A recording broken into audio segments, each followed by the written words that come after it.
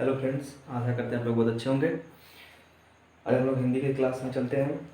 तो आज हम लोग क्लास चालू करेंगे हिंदी का। उसमें पढ़ना क्या है, वर्णमाला।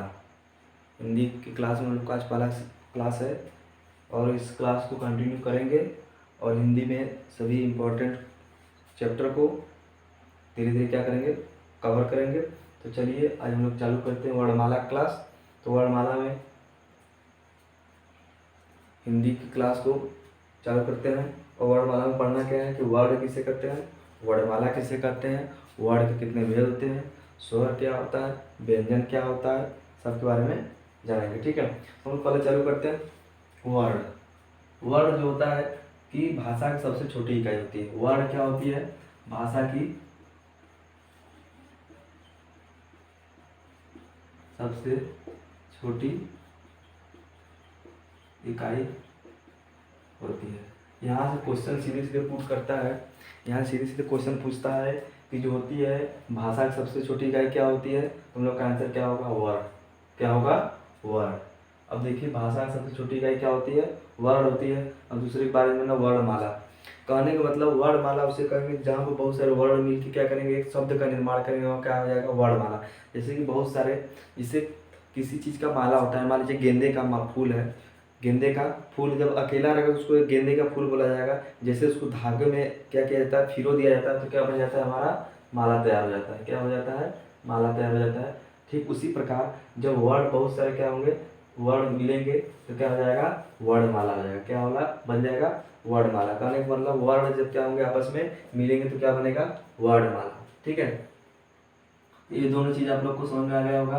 सबसे इम्पोर्टेंट चीज़ यही है कि भाषा की सबसे छोटी इकाई क्या होती है, वर्ण होती है। क्या होती है, वर्ण होती है। भाषा की सबसे छोटी इकाई क्या होती है, वर्ण होती है। और वर्ण के भेद में आइए, वर्ण के दो भेद होते हैं, एक स्वर होता है, एक व्यंजन होता है। तुम्हारा मेन चैप्टर जो हो कि यहाँ से चालू होता है स्वर और व्यंजन से। हमारा क्या होता है, एक क्या होता है स्वर, दूसरा क्या होता है व्यंजन। अब स्वर क्या होता है और व्यंजन क्या होता है, अब इस दोनों के बारे में हम लोग क्या करेंगे, चर्चा करेंगे। देखिए तो स्वर क्या होता है, स्वर जो होता है एक स्वतंत्र अवस्था में होती है। सीधी सीधी बात और सिंपल भाषा में हम लोग जानेंगे कि स्वर क्या है, स्वतंत्र अवस्था में होती है। इसको बोलने में बहुत कम समय लगता है और इसको बोलने में किसी की सहायता की जरूरत नहीं पड़ती है। तो क्या करेंगे, स्वर जो होता है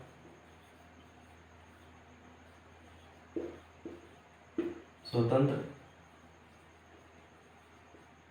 अवस्था में होता है। स्वर क्या होता है, स्वतंत्र अवस्था में होता है। इसको बोलने के लिए किसी चीज़ की आवश्यकता, किसी व्यंजन या स्वर की आवश्यकता नहीं होती है और इसे बोलने में बहुत कम समय लगता है। दूसरी बात क्या है, बोलने में कम समय लगता है। अब आइए व्यंजन पर। व्यंजन क्या होता है, व्यंजन में देखिए यह स्वरों की सहायता से बोला जाता है। क्या होता है, यह क्या होता है, स्वरों की सहायता से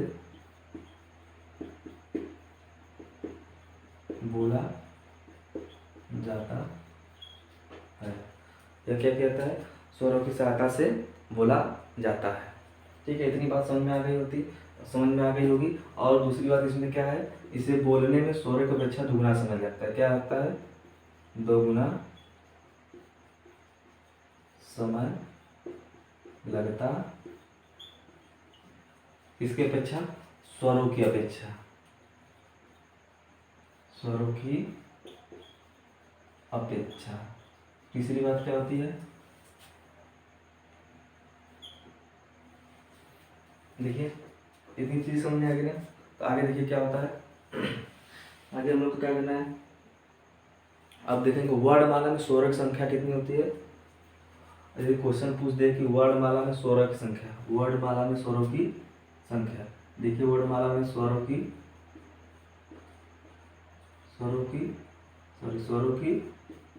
संख्या, सीधी सीधी वर्णमाला में स्वरों की संख्या कितनी होती है, 11। ठीक है, जो 11 होती है, वर्णमाला में स्वरों की संख्या कितनी होती है, 11 होती है। ठीक है, और 11 जो होते हैं स्वरों की संख्या होती है। और जो होती है हिंदी हिंदी वर्णमाला में व्यंजनों की संख्या देखिए कितना होता है, व्यंजनों की संख्या हमारा कितना होता है, 33 होता है। हिंदी वर्णमाला में व्यंजनों की संख्या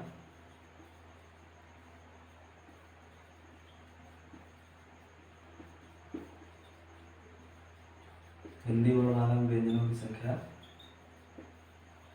कितनी होती है, 33 होती है। ये दोनों ए और ए तीनों चीज़ें बहुत इंपॉर्टेंट है।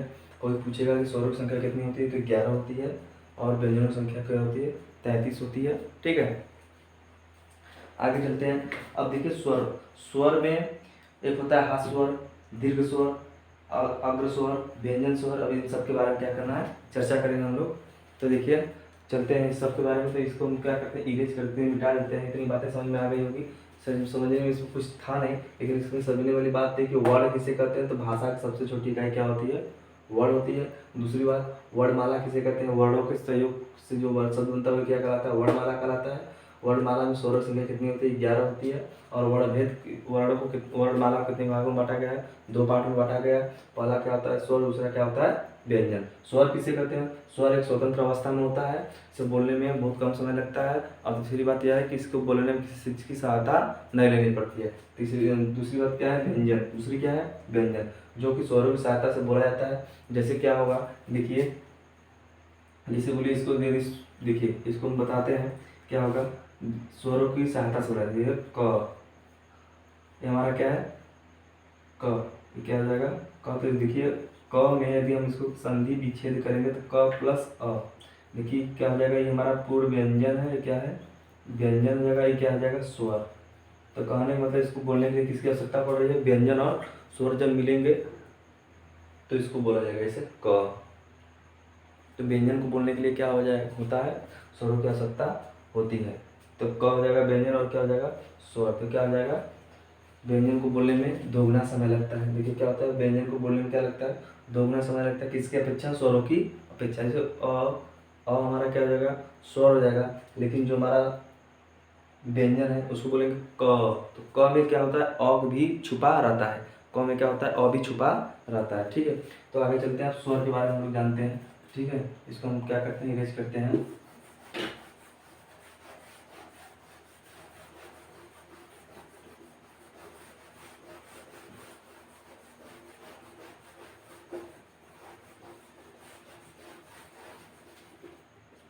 आइए स्वर पे चलते हैं।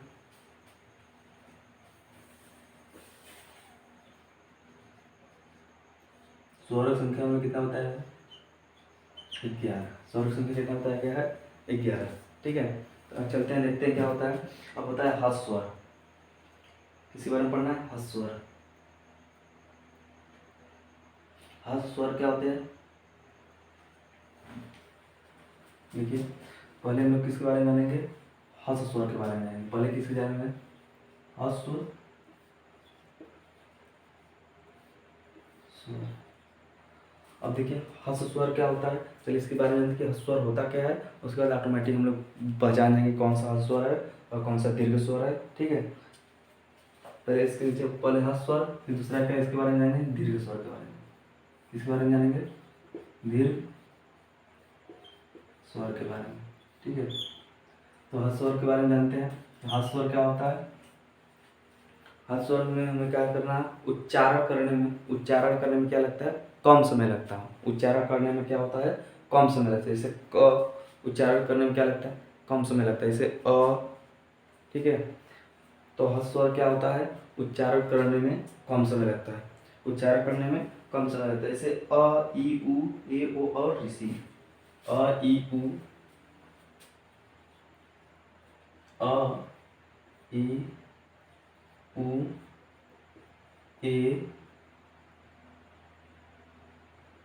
ऋषि और ओ, ये हमारा क्या है, हस्व स्वर है। सॉरी उल्टा लिख दिया हम, ओ और ऋषि, ये हमारे क्या है, हस्व स्वर है। हस्व स्वर का मतलब छोटा वाला क्या होता है, ट्रिक क्या होता है, हस्व मतलब क्या होगा, छोटा वाला स्वर, छोटा वाला छोटा वाला स्वर।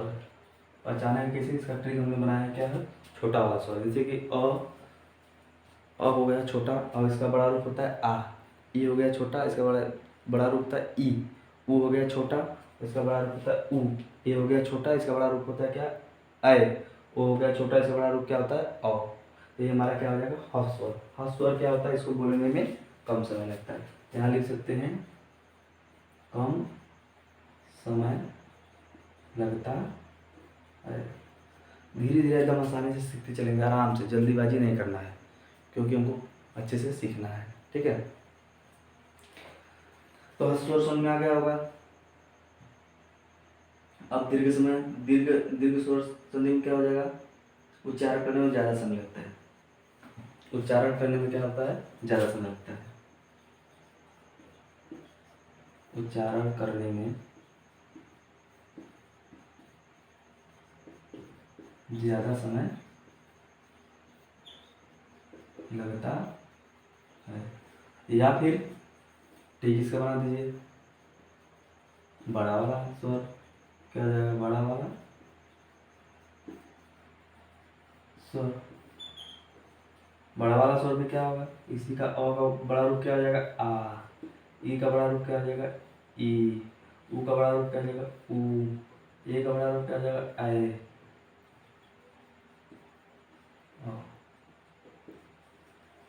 ये हमारे सब क्या है, दीर्घ स्वर। क्या है, दीर्घ स्वर है।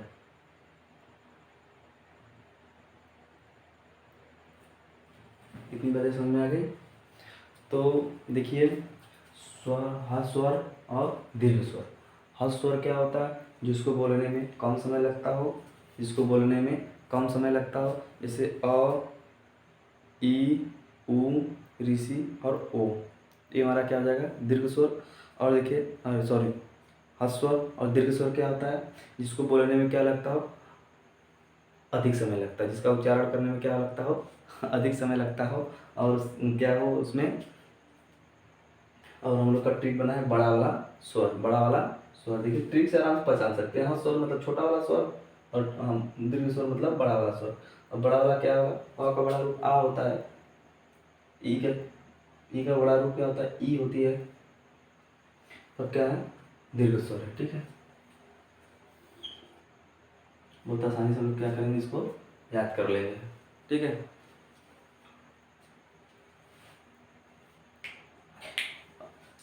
इतने ही तो हम लोग जान गए। अब इसको हम क्या करते हैं, इरेज करते हैं।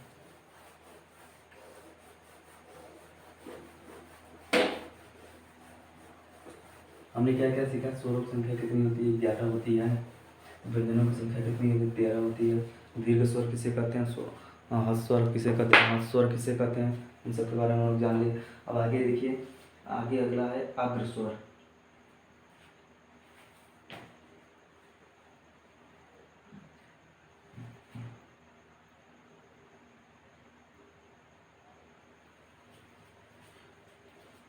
देखिए, पहले इस अग्र स्वर से पहले जान लेते हैं प्लुत स्वर।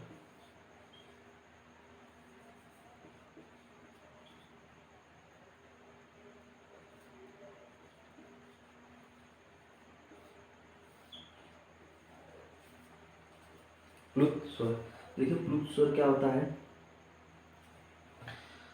प्लुत किसके बारे में जानना है, प्लुत स्वर किसके बारे में जानना है, प्लुत स्वर। देखिए प्लुत स्वर क्या होता है, बहुत ज़्यादा, इसको उच्चारण करने में बहुत ज़्यादा समय लगता है। दीर्घ और ह्रस्व स्वर की अपेक्षा इसमें, इसको बोलने में क्या लगता है, बहुत ज़्यादा समय लगता है, बहुत ज़्यादा समय लगता है। मेरे प्यारे दोस्तों, जो प्लुत स्वर होता है, इसको बोलने या इसको उच्चारण करने में बहुत ज़्यादा समय लगता है। जैसे कभी कभी देखते हैं कि ओम, ओम जैसे कभी कभी लिखा रहता है, क्या होता है, ओम ऐसे लिखा रहता है, लिखा रहता है राम। ये हमारा क्या है, प्लुत स्वर है। क्या है, प्लुत स्वर। जैसे ओ, और इसे क्या होता है, राम। ये हमारा क्या है, प्लुत स्वर। कहने का मतलब इसको बोलने में क्या लगता है, अधिक समय लगता है। तो प्लुत स्वर की संख्या कितनी होती है, सॉरी जो प्लुत स्वर कैसे है, जैसे हमारा क्या हो जाएगा, ये हमारा, तो इसका पहचान क्या होगा, ये हमारा क्या है, प्लुत स्वर, ये हमारा क्या है, प्लुत स्वर है। ठीक है, आगे देखिए,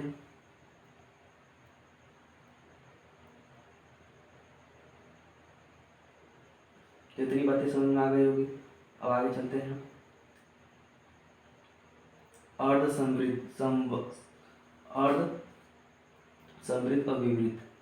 देखिए अर्ध समृद्ध क्या होता है, ए और ओ होता है, ये सब याद करने वाले फैक्ट है।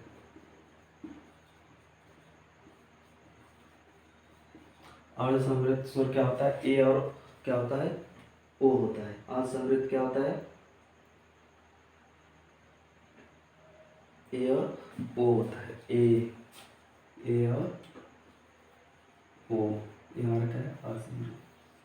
ठीक है, ये सब हमारा क्या है, याद करने वाली चीज़ें हैं, जिसको हम लोग क्या करेंगे, आसानी से याद कर लेंगे। और इसमें कुछ ज़्यादा नहीं है, स्वर के बारे में लमसम सभी जानकारी पूरी हो चुकी है। इसमें पढ़ने के लिए बहुत कुछ है, लेकिन जो हमारा इम्पोर्टेंट था हमने इसको क्या कर दिया, बता दिया है। ठीक है, इसमें होता है अग्र स्वर, मध्य स्वर। देखिए अग्र स्वर क्या होता है, जीभ का आधा भाग क्या होता है, ऊपर उठता है। जीभ का अग्र भाग क्या होता है, ऊपर होता है। जैसे ई जो होता है, ई और ई हमारा क्या है, अग्र स्वर है। क्या है, अग्र स्वर। अग्र स्वर में जो होता है, ये हमारा जो जीभ का भाग होता है क्या होता है, ऊपर की ओर। आगे का हिस्सा जो होता है, ये हिस्सा जो होता है क्या होता है, ऊपर की ओर उठता है। तो ये अग्र स्वर में क्या, अग्र स्वर में क्या बोलेंगे कि जीभ का अगले हिस्सा क्या होता है, ऊपर की ओर उठता है, जैसे अग्र स्वर। अग्र स्वर, इसका परिभाषा पहचानेंगे जैसे जीभ का आगे का हिस्सा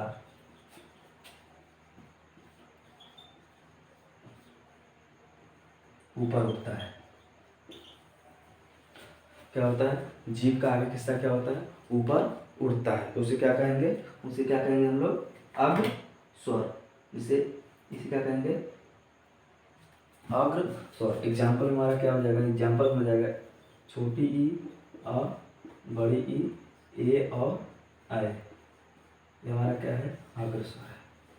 ये हमारा क्या है, अग्र स्वर। अब इसी का उल्टा हो जाता है, एक होता है पश्च स्वर। पश्च स्वर क्या होता है, जो जीभ का पिछला हिस्सा। पश्च स्वर में क्या हो जाएगा, जीभ का पिछला हिस्सा क्या होता है, जीभ का पश्च हिस्सा क्या होता है, ऊपर उठता है। भाग क्या होता है, उठता है। जैसे अ उ उ, देखिए इसमें क्या होता है, पश्च स्वर। जीभ का पिछला हिस्सा, जीभ का पिछला हिस्सा क्या होता है, ऊपर उठता है। तो क्या हो जाएगा, अ उ ऊ, ये सब क्या है, हमारा पश्च स्वर है। ये क्या है, हमारा पश्च स्वर है। ठीक है,